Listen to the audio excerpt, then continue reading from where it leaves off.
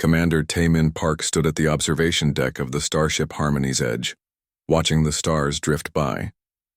The blue glow from the ship's engines painted everything in soft light.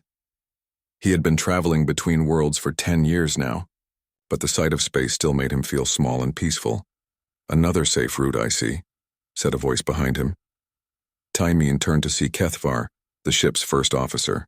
The tall reptilian alien had green scales that shifted color when he was annoyed, and right now they were turning a darker shade. "The safest path is often the wisest path," Taemin replied calmly. He had learned not to take offense at Kethvar's comments anymore. The Saurian came from a warrior culture where strength meant everything. Kethvar made a sound that might have been laughter. "Your species always chooses the easy way.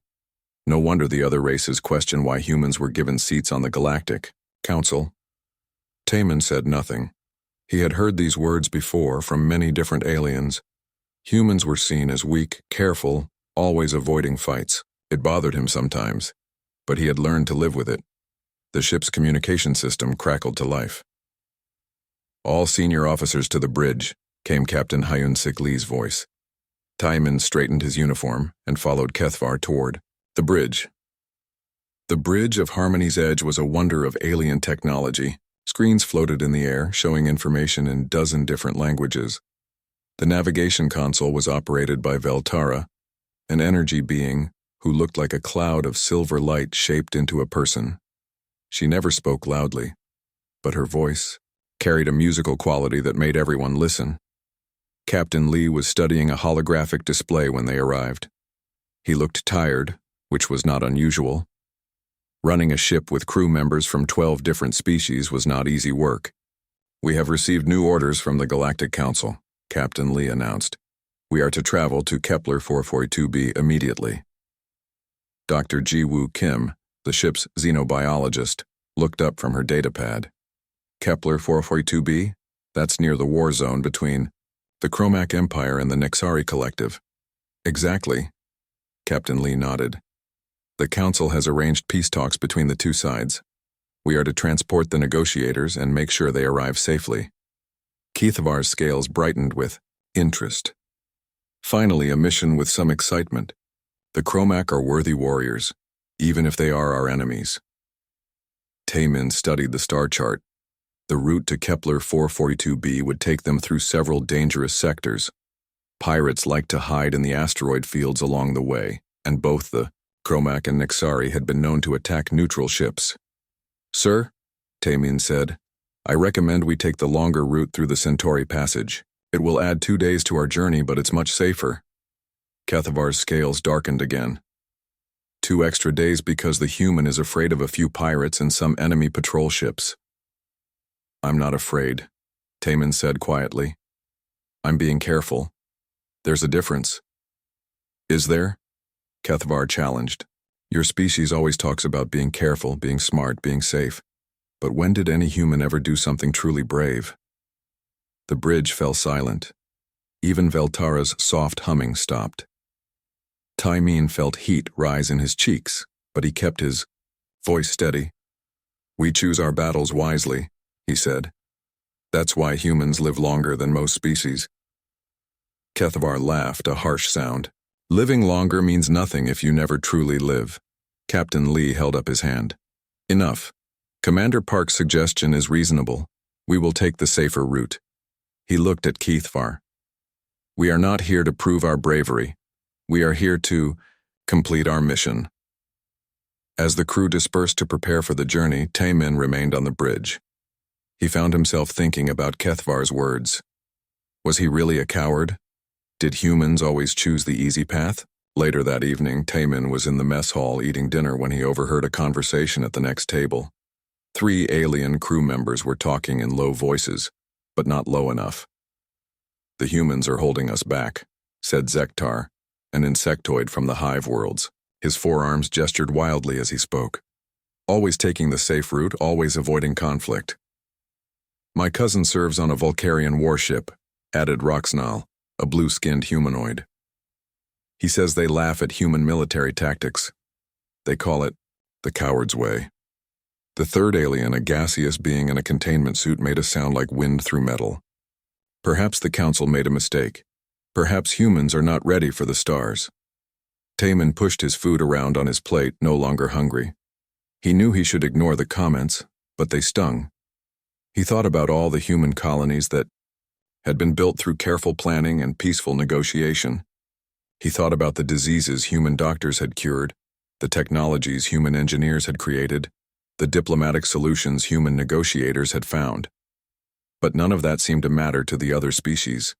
They only saw weakness where humans saw wisdom.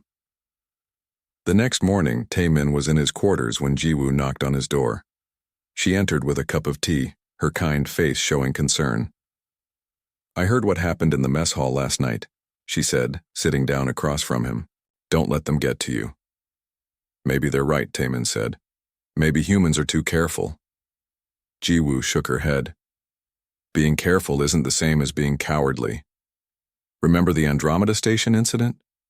When that plague broke out, every other species wanted to quarantine the entire station and let everyone die. It was humans who went in to find a cure." "That's different," Taemin said. "That was about saving lives." "Exactly," Jiwoo smiled. "That's what humans do. We don't fight for glory or conquest. We fight to protect people, to save lives, to make things better." Their conversation was interrupted by an alarm. Red lights flashed throughout the ship as the crew rushed to their stations. On the bridge, Captain Lee was staring at the main screen with a grim expression. "Report," Taemin said as he took his position. "We've just received word from Kepler 442b, Veltara said, her musical voice now strained with worry. "The peace talks have failed. Both the Chromac Empire and the Nexari Collective are declaring the negotiators to be enemies." Captain Lee turned to his crew. "It gets worse. Long-range sensors show both fleets moving toward the planet. They consider our diplomatic mission to be an act of war against both sides." Kethavar's scales had turned bright red with excitement. "So we fight our way through? Now this is a mission worthy of warriors." Taemin studied the tactical display. 2 full battle fleets, each with enough firepower to destroy a dozen ships like theirs. The negotiators on the planet would be trapped, and any rescue attempt would be suicide. "Sir," Taemin said slowly, "we need to think about this carefully." "There's nothing to think about," Kethavar snapped. "We have our orders, we complete the mission. Even if it kills everyone on this ship?" Taemin asked. "Better to die with honor than live with shame," Kethavar replied. Captain Lee looked around at his crew. Humans, aliens, all different species with different ideas about courage and duty. In a few hours, they would arrive at Kepler 442b. What they found there would test everything they believed about bravery, honor, and what it truly meant to be strong. As the ship jumped to hyperspace, racing toward an uncertain fate, Taemin wondered if he would finally get the chance to prove that human caution was not the same as human cowardice. He just hoped they would all survive long enough for him to find out. The stars outside the windows stretched into lines of light as Harmony's Edge flew toward its destiny, carrying a crew that would soon learn the true meaning of courage. The Harmony's Edge dropped out of hyperspace near Kepler 442b, and immediately every alarm on the ship began to sound. The main screen showed a sight that made even the bravest crew members step back in fear. 2 massive battle fleets faced each other in orbit around the planet. The Chromac Empire's ships were dark and angular, covered in weapons that looked like the teeth of some giant beast. The Nexari Collective's vessels were smooth and silver, moving together like a school of fish in perfect formation. "Incoming transmission from both fleets," So Young Choi announced from the communication station. Her fingers moved quickly over the controls as multiple signals came in at once. Captain Lee straightened his uniform. "Put them through." The main screen split in half. On one side appeared Warlord Grixtar of the Chromac Empire. His face was covered in scars and his red eyes burned with anger. On the other side was Hive Prime Zephys of the Nexari Collective. Unlike the individual Chromac, she spoke with the voice of millions of minds joined as one. "Harmony's Edge," growled Grixtar. "You carry enemies of the Empire. Surrender the peace negotiators or be destroyed." At the same time, Hive Prime Zephys spoke in her cold, emotionless voice. The ship Harmony's Edge contains threats to the collective. Give us the negotiators or face elimination. Captain Lee stepped forward. I am Captain Hyun-Sik Lee. We are on a diplomatic mission authorized by the Galactic Council. The negotiators are under our protection. Both alien leaders laughed, though their laughter was very different. Grixtar's was harsh and full of rage, while Zephys's was like the sound of ice breaking. The time for diplomacy is over. Grixtar snarled. Anyone who speaks of peace with our enemies is a traitor. The collective has decided that peace is impossible, added Zephys. The negotiators will be absorbed into our consciousness or destroyed. The transmissions ended, leaving the bridge in tense silence. Around them, both fleets began to move closer, their weapons charging with deadly energy. Taimin studied the tactical display. 40 Chromac warships and 36 Nexari vessels, all focused on their small diplomatic ship. Even if Harmony's Edge had been a battleship instead of a peaceful transport, the odds would have been impossible. We should withdraw, Taimin said. Fall back to a safe distance and call for help from the Council. Kethvar's scales flashed bright red with anger. Withdraw? Run away like frightened children? What about the negotiators on the planet? We can't help them if we're dead, Taimin replied calmly. Your cowardice sickens me, Kethvar spat. He turned to Captain Lee. Sir, give me command of the weapons. Let me show these aliens what real warriors look like. Dong Hyun-yoon, the human security chief, shook his head. Sir, our weapons are meant for defense against pirates, not full battle fleets. We need to be smart about this. Smart? Kethvar laughed bitterly. Is that what you call running away? Captain Lee looked around at his crew. The humans all wore expressions of concern, but determination. The alien crew members were divided, some agreeing with Kethvar's aggressive approach, others seeming uncertain. Commander Park, Captain Lee said. What do you recommend? Taimin pointed to the planet below. We use the planet's gravity well to our advantage. Dive low into the atmosphere where their larger ships can't follow easily. Extract the negotiators, and get out before they can coordinate an attack. Or, Kethvar interrupted, we charge straight through their lines, surprise them with our boldness. A true warrior's approach. Captain Lee was quiet for a long moment. Finally, he spoke. We'll try Commander Park's plan first. Kethvar's scales turned almost black with rage. Captain, with respect, this is exactly why the other species don't trust humans in command. You always choose the safe path. The safe path keeps my crew alive, Captain Lee replied firmly. But as Harmony's Edge began to descend toward the planet, it became clear that neither fleet intended to let them go easily. Energy beams lanced out from both sides, forcing the ship to dodge and weave between attacks. Shields down to 60%, called out Junho Shin from the engineering station. Evasive maneuvers, Captain Lee ordered. Veltara's energy form flickered as she worked the navigation controls. Both fleets are moving to surround us. They're coordinating their attack. More weapons fire struck the ship. The lights flickered, and several crew members were thrown to the ground as the ship shook under the impact. Shields at 30%, Junho reported, his voice tight with worry. Kethvar had heard enough. Captain, you're going to get us all killed with this cautious approach. Let me take command. Stand down, First Officer, Captain Lee ordered. But Kethvar was beyond listening to orders. His warrior instincts had taken over completely.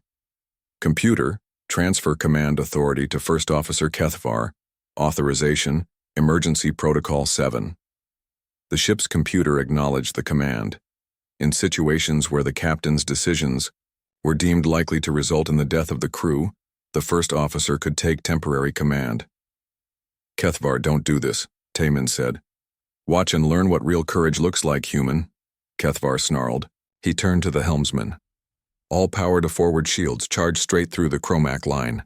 Sir, that's suicide, So Young protested. That's victory, Kethvar corrected. The Chromac respect bold action. They won't expect us to attack them directly.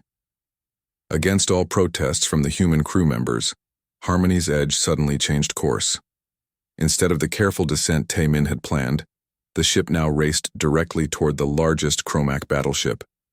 For a moment, it seemed like Kethvar might be right. The Chromac ships hesitated, perhaps surprised by such a bold move from a small diplomatic vessel. Then every Chromac weapon opened fire at once. The first barrage tore through Harmony's Edge's forward shields like paper. Energy beams melted through. The hull and explosions rocked the ship from bow to stern. The lights went out, leaving only the red glow of emergency power. Hull breach on decks 3 and 4, Junho shouted over the noise of alarms. We're losing life support. Shields, completely down, added another voice. Kethvar, his scales now pale with shock, tried to order another attack run, but before he could speak, a massive Nexari energy beam struck the ship's engines. Harmony's Edge spun out of control, trailing fire and debris. The planet's gravity caught the damaged ship and began to pull it down toward the surface. Brace 4. Impact! Captain Lee shouted, taking back command as Kethvar stood frozen in disbelief. The ship struck the planet's atmosphere like a meteorite. The hull heated up until it glowed red-hot. Through the chaos and smoke, Taemin saw that they were heading toward a mountain range. In the final moments before impact, Taemin saw Veltara's energy form beginning to scatter. Her species could not survive physical trauma the way flesh and blood beings could. Without thinking, Taemin threw himself over her form, using his own body to shield her from the debris and energy that was tearing through the bridge. Pain like fire shot through Taemin's body as metal fragments and energy. Beams burned into his back and arms. He gritted his teeth and held on, protecting Veltara until the ship finally crashed into the ground with a sound like thunder. Silence fell over the wreckage. Slowly, crew members began to stir and check on each other. Taemin rolled away from Veltara, his uniform burned and his body covered with cuts and burns. "You saved me," Veltara whispered, her musical voice weak but alive. "Why?" Taemin tried to sit up, wincing at the pain. "Because that's what we do." Around them, the other crew members were picking themselves up from the wreckage. Captain Lee had a cut on his forehead but was otherwise unhurt. Jiwoo was already moving from person to person, checking for injuries. Kethvar sat in the ruins of the command chair, staring at his hands. His bold attack had failed completely, and now they were stranded on a hostile planet with enemy fleets circling overhead. "I was wrong," he said quietly. I thought courage meant attacking without fear." Taemin managed to stand, though every movement sent pain through his burned body. Through the broken windows of the ship, he could see they had crashed near what looked like a settlement. Smoke rose from buildings in the distance, and he could see small figures running back and forth. "Where are we?" So Young asked, working to get the communication systems back online. Junho checked his instruments. "About 50 kilometers from where the peace negotiations were supposed to take place. But Captain..." He paused, his face grim. "Those settlements, out there aren't military bases, they're refugee camps." The full horror of their situation became clear. They had crashed on a planet caught between two armies, near camps full of innocent civilians who had nowhere to run. Both the Chromac Empire and the Nexari Collective were still fighting in orbit above them, and soon they would send forces to the surface to finish what they had started. Taemin looked at his injured crewmates, then at the distant camps where thousands of refugees waited in fear. He thought about Kethvar's words about courage and cowardice, about what it truly meant to be brave. Soon, they would all find out. 3 days had passed since the crash of Harmony's Edge. The broken ship lay in a valley like the skeleton of some great beast, its hull torn open and its engines cold. Around it, the crew had set up a small camp using salvaged materials and emergency supplies. Taemin stood at the edge of their makeshift camp, his body still aching from the burns he had suffered protecting Veltara. Through binoculars, he watched the refugee settlement in the distance. Thousands of beings from dozens of different species lived there in temporary shelters, caught between the two armies that fought over their world. "The medical supplies are running low," Jiwoo said, approaching from behind. Her clothes were dirty from 3 days of treating the injured, both from their crew and from refugees who had made the dangerous journey to seek help. "How many refugees have we treated?" Taemin asked. "Over 200. Jiwoo replied. Mostly children and elderly beings. Many are sick from hunger and lack of clean water. Behind them, Haiwan Nam was setting up another medical station using equipment salvaged from the ship. The young field medic had worked without rest since the crash, treating anyone who needed help regardless of their species. Not all the crew members agreed with this approach. "We're wasting our resources," Kethvar said, his voice loud enough for everyone to hear. "Every medical supply we give away is one less for our own people." Several alien crew members nodded in agreement. Zektar, the insectoid, clicked his mandibles, nervously. "My survival instincts tell me to preserve resources for the hive," he said. "These refugees are not our responsibility." Taemin turned to face the group. His burns were still visible on his arms and face, reminders of what happened when they had tried the aggressive approach Kethvar favored. "These people have nowhere else to go," Taemin said quietly. "They're caught between two armies. And neither side cares about their lives?" "That's not our problem," Kethvar replied. "Our job is to repair the ship and get off this planet. Every day we waste here makes our situation worse." Junho Shin looked up from where he was working on the ship's communications array. "Actually, sir, it's going to take at least 2 weeks to get the engines working again, maybe longer. Then, we should focus all our efforts on that repair work," Kethvar insisted, "not on playing nursemaid to a bunch of aliens we don't even know." Jiwoo stepped forward, her kind face showing anger for the first time since Taemin had known her. "Those aliens include children who are dying from diseases we can easily cure. How can you just ignore their suffering?" "Because I'm thinking about our survival," Kethvar shot back. "Something humans seem incapable of doing." The argument was interrupted by the sound of running footsteps. A small alien child burst into their camp, her large eyes wide with terror. She belonged to a species Taemin didn't recognize, covered in soft fur with long ears that drooped when she was scared. The child ran straight to Jiwoo and grabbed onto her leg, babbling in a language none of them understood. But her fear was clear in any language. Veltara drifted closer, her energy form flickering with concern. As a being of pure energy, she could sometimes understand emotions even across language barriers. "She's saying that both armies are coming," Veltara translated. "They're demanding that the refugees choose sides." The child, whose name they learned was Pixki, continued to cling to Jiwoo while pointing toward the settlement. Through the binoculars, Taemin could see dust clouds on the horizon, military vehicles approaching from 2 different directions. "This is it," Kethvar said grimly. "The Chromac and Nexari are finally going to settle their dispute. The refugees will be forced to join one side or the other. Or they'll be destroyed," added Roxanol, the blue-skinned alien. "Neither army tolerates neutrality." Captain Lee, who had been quiet since their crash, finally spoke. "What are you suggesting we do?" Kethvar gestured toward their damaged ship. "We stay here, keep our heads down, and focus on repairs. Getting involved in a war between 2 major powers would be suicide." "He's right," agreed Zektar. "We're barely a dozen crew members with limited weapons. What could we possibly do against entire armies?" Taemin knelt down beside little Pixki, who was still trembling with fear. The child looked up at him with trust that broke his heart. In her eyes, he saw all the refugees who had come to them for help. Beings who had no soldiers to protect them, no weapons to defend themselves, no hope except for the kindness of strangers. "We can't just abandon them," Taemin said. "Watch us," Kethvar replied coldly. "I'm not throwing away my life for people I don't know." The argument grew louder as more crew members took sides. The aliens mostly agreed with Kethvar.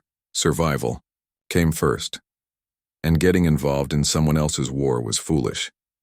But the human crew members seemed torn between their desire to live and their inability to ignore suffering.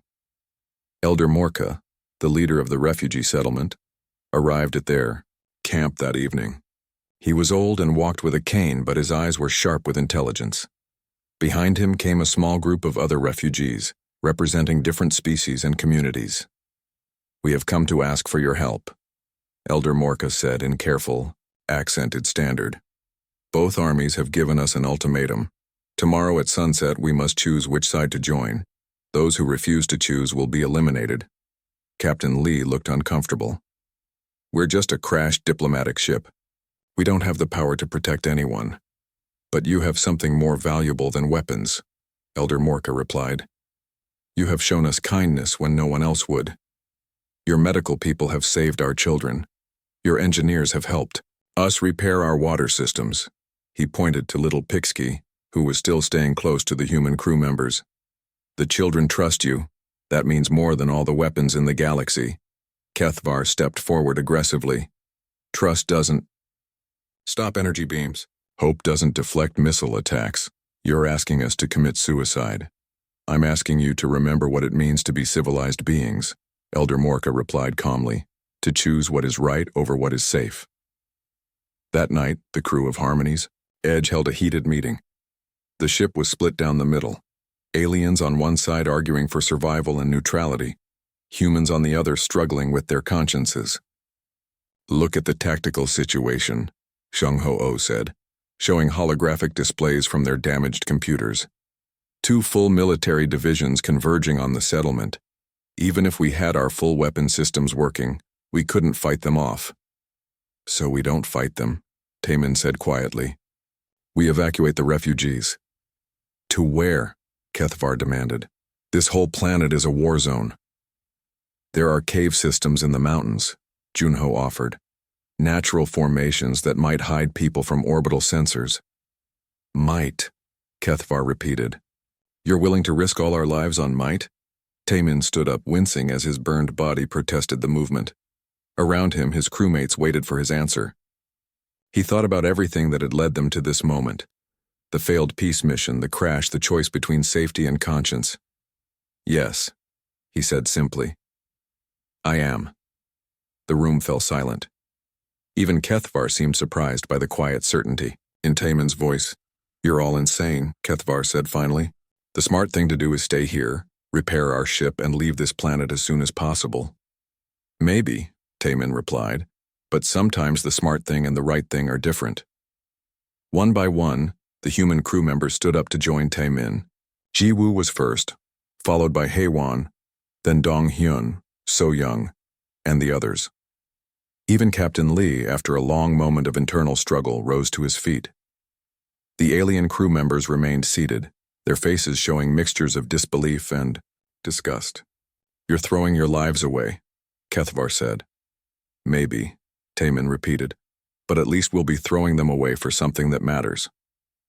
As dawn broke over the refugee settlement, 2 dust clouds appeared on opposite horizons. The Kromak Empire approaching from the east, the Nexari Collective from the west. Between them, thousands of innocent beings waited to learn their fate. In the wreckage of Harmony's Edge, a small group of humans prepared to stand between those innocents and the armies that threatened them. They had no illusions about their chances of survival. They had no expectation of glory or reward. They simply knew that some things were worth dying for, even if others couldn't understand why. The real test of courage was about to begin. The sun was barely above the horizon when the first Kromak scout vehicles appeared. Taemin watched them through his binoculars from a hidden position among the rocks above the refugee settlement.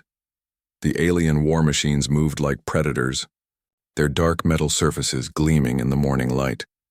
From the opposite direction, he could see the silver forms of Nexari vehicles approaching in perfect formation.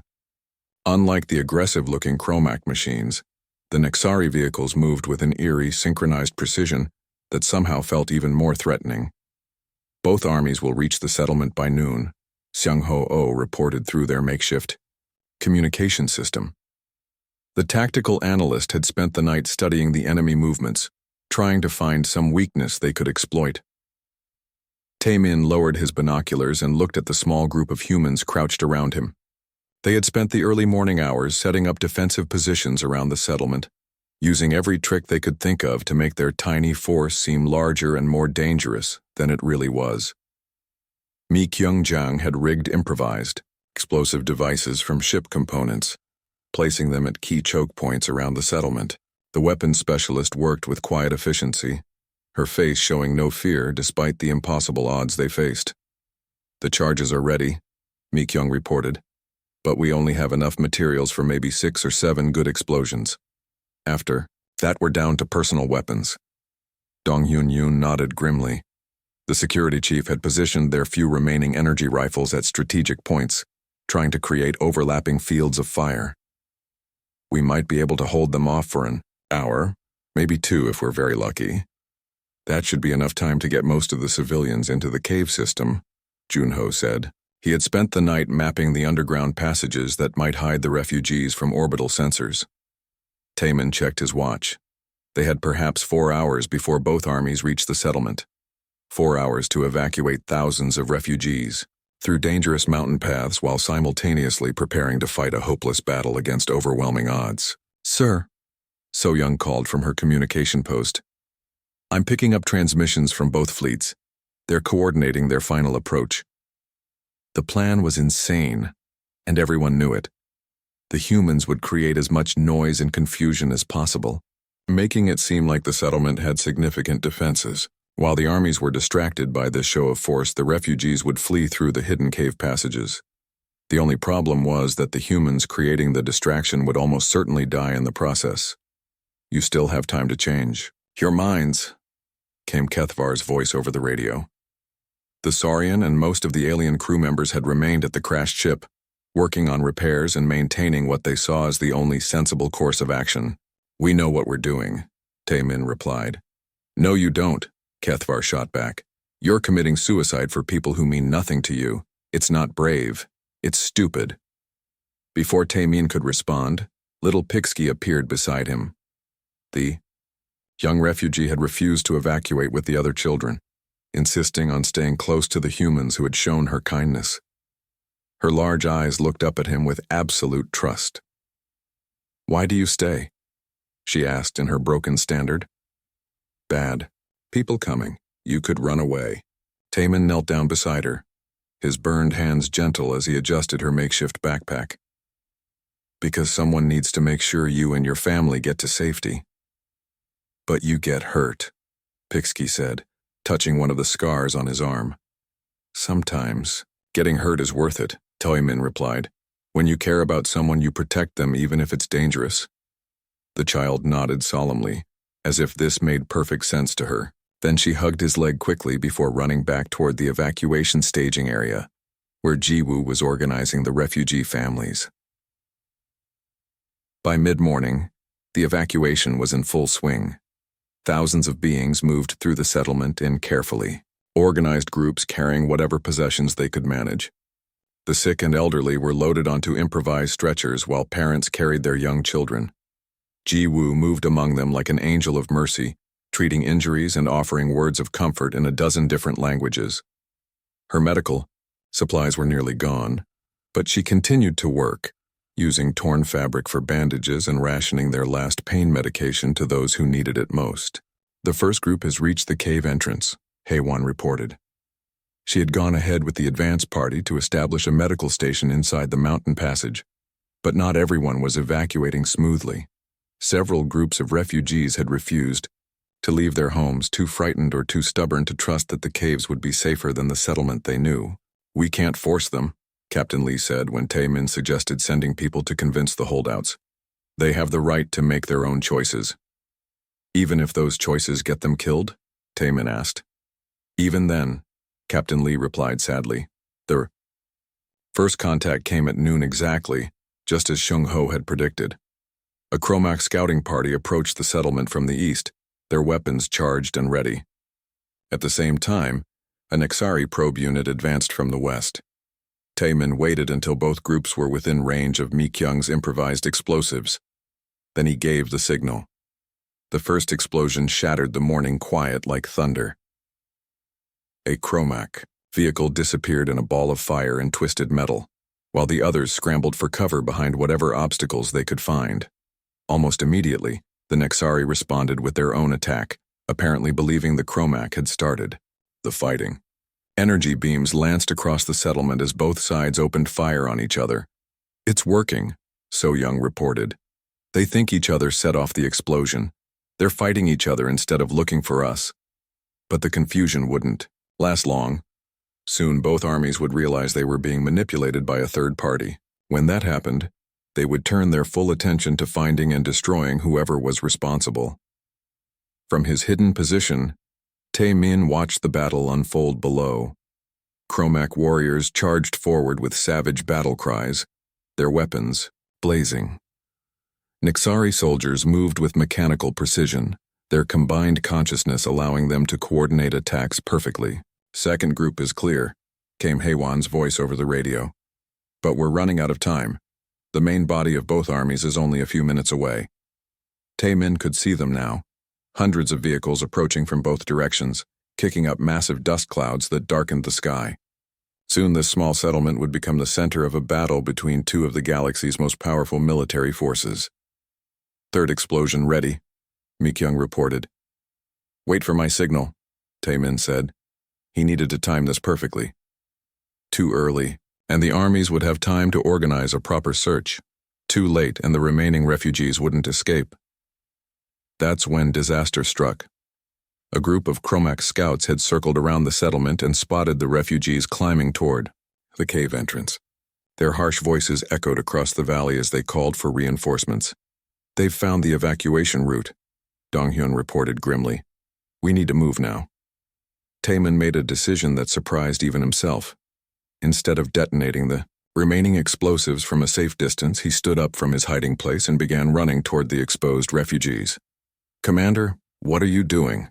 So Young called after him. "Buying them time," Tae-min replied, his voice calm despite the energy beams that were starting to fly around him. As he ran through the settlement, dodging fire from both armies, Tae-min activated his communicator and began broadcasting on all frequencies, a message that would be heard by every soldier in both fleets. "This is Commander Tae-min Park of the Terran Defense Corps," he announced.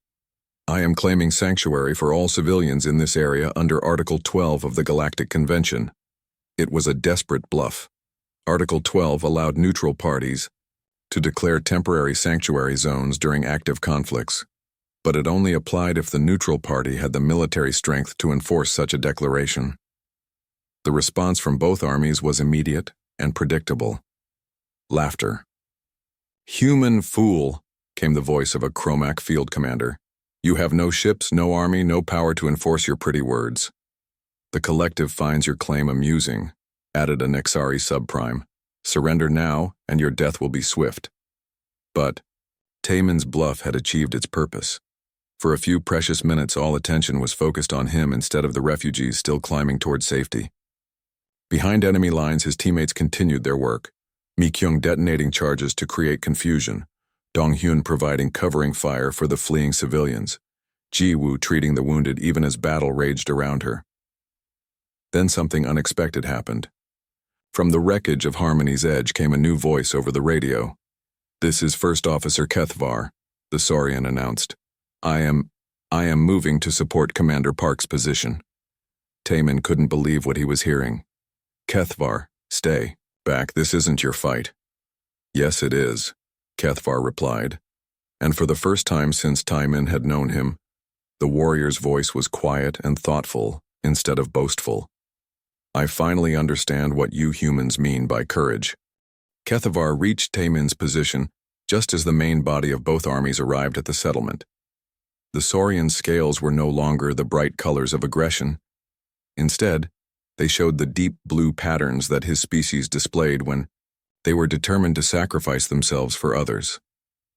"I have been a fool," Kethvar said as he took cover beside Tae-min. Around them, energy beams scorched the air and explosions shook the ground.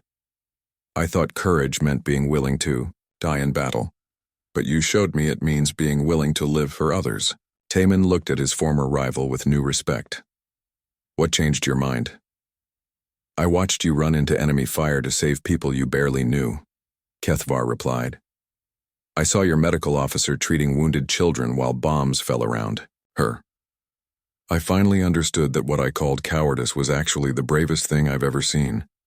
The battle around them grew more intense by the minute. Both armies had realized they were being manipulated by the small group of defenders, and now their full fury was focused on the settlement. Chromac warriors charged forward with savage battle cries, while Nexari soldiers advanced in perfect formation. But something strange was happening among the enemy ranks. Individual soldiers were beginning to hesitate, confused by what they were seeing. Captain Rentok of the Chromac Field Forces watched through his tactical display as the human defenders continued to fight not for glory or conquest, but to protect civilians they had never met before. His warrior culture had taught him that strength came from dominating the weak, but these humans seemed to find strength in protecting them. "Sir," one of his subordinates reported, "the enemy continues to broadcast sanctuary declarations for the civilians. Should we ignore them?" Captain Rentok paused. According to Chromac military doctrine, civilians were either resources to be captured or obstacles to be eliminated. But something about the humans' desperate defense of people who meant nothing to them stirred an uncomfortable feeling in his chest. On the opposite side of the battlefield, Subprime Kexnor of the Nexari Collective was experiencing something her species had thought impossible, individual thought separate from the hive mind. As she watched human medics risk their lives to treat wounded refugees, she felt confused. The collective had always taught that only their unified consciousness had value, but these humans were dying for beings they would never meet again. "The humans persist in their futile defense," reported another Nexari unit. "Should we eliminate the civilians to remove their motivation?" For the first time in her existence, Kexnor hesitated before following an order.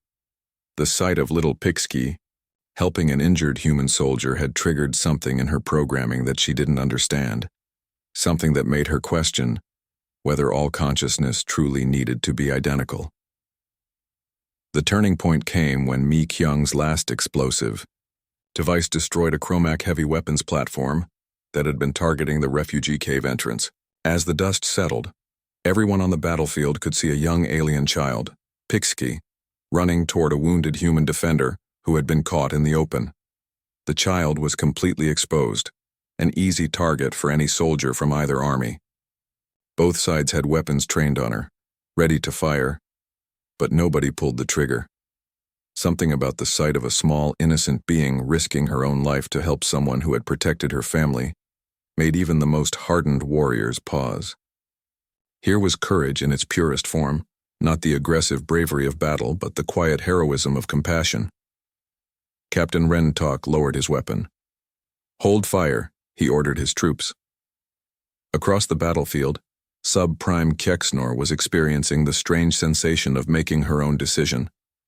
"Weapons down," she commanded, her voice carrying individual will instead of collective consensus.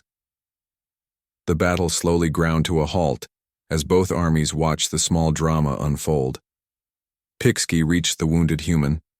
It was So Young, who had been hit by debris from an explosion, and began trying to drag her to safety despite being less than half her size. Jiwoo appeared from behind cover, her medical supplies nearly exhausted, but her determination unchanged. She ran to help Pixki, completely ignoring the weapons pointed at her from both sides. "I don't understand," muttered a Chromac soldier.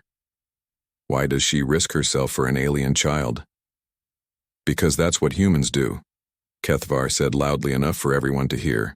His scales had shifted to the gold color that Saurians showed when they experience profound truth.